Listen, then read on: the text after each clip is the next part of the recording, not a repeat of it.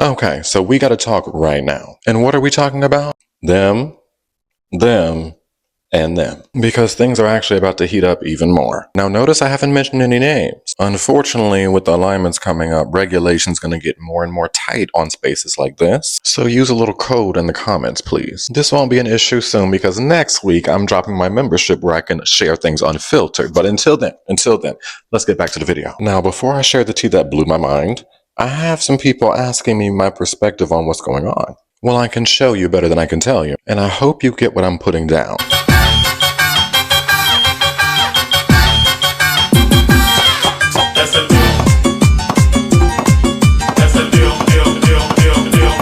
So now that you get my drift, let's get deep into this tea, shall we? Because we need to be ready for what's on the way. First things first, here, okay, there's an upcoming solar eclipse that's going to be exactly conjunct the moon of this place. Now, unfortunately, the same eclipse came around 2008 with the financial crisis that hit this country, but I'll wait to get deep into that tea when I open the membership up next week. But when it comes to this tea, the moon also deals with home and feeling secure. Now, on the surface, it's being said that what's happening is to keep the integrity of this country. Oh, but there's another alignment in the background about to expose something. Over the next 2 years, Pluto will conjunct the south node of this country. And the south node of the other country is about to be hit as well, but we'll get to that in a second. When the south node is hit in any chart, it can bring up karma from the past, like decades, even centuries. And a big caveat of coming to land and claiming that it's yours, even though people were there before, is eventually all of those things have to be rectified.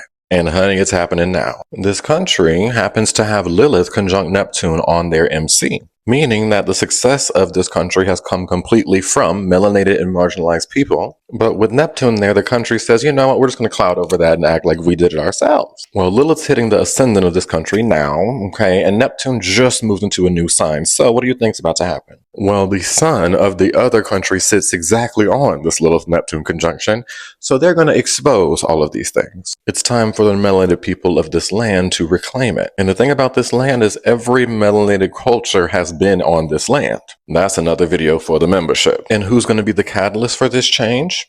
This country. This country currently has Saturn and Neptune approaching their south node. And the thing about this country, during the independence of this country, Saturn and Neptune were together just how they are now. So what's happening is the south node's pulling back a timeline where this country needs to liberate itself again. This country happens to have Venus conjunct Uranus, so it's all about liberation. But it's in Scorpio and currently being squared by Pluto, so it comes at a big cost of disempowerment. But here's a little secret.